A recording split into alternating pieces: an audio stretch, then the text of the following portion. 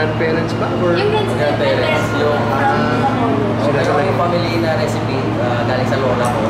Kasi yung lola ko talaga mahilig magluto. So every time na pumunta kami sa kanya, nung bata pa kami. Actually, they have restaurant doon sa Bacolod dati. So yung recipe niya, passed on sa amin. Hindi one stop, di ba? Hindi. Okay. Then yun na, nag-usap kami ng brother ko. Medyo nagreklamo lang yung brother ko na bakit ganito yung lasa, ganito yung lasa. Bakit di ikaw gumawa? Doon nag-start yung story ng One Stop na yun, tinry namin yung recipe ng lola ko, then in-improve namin ng konti.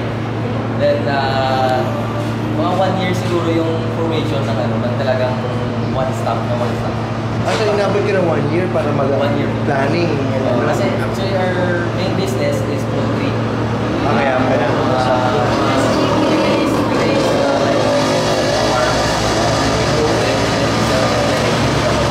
Saan ang poultry? Laguna, Cavite, and Batangas. Our main office is nasa Laguna. Then, Nabar na yun, kaya sa office, sa taas lang. sa taas sales office namin. And then, yun, unti-unti namin din develop yung One Stop. Naisip namin yung One Stop kasi yung one makaka-relate sa general public. So, Filipino kasi yung one. Stop parang catchy lang. Yun, bali, it started siguro mga 2012 yung development talaga ng Pilipinas. Then yun, we started here. Yung office namin dito is yung sales office. So, naisip namin, bakit i-try dito sa lugar na mag-aas trial. So, we started as isang take-out lang. Maliit lang, parang ganito lang kalaki dito.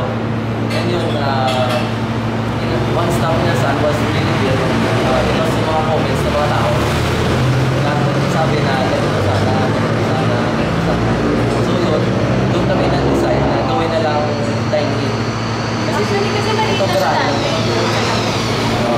Tapos yung mga bibili sa amin, lagi sinasabi, sana dine-in, sana may kainan. Kasi at least street, wala siya masyadong kainan. So doon kami nag-plan, na i-open na lang siya for the back. Try lang. But the place is owned by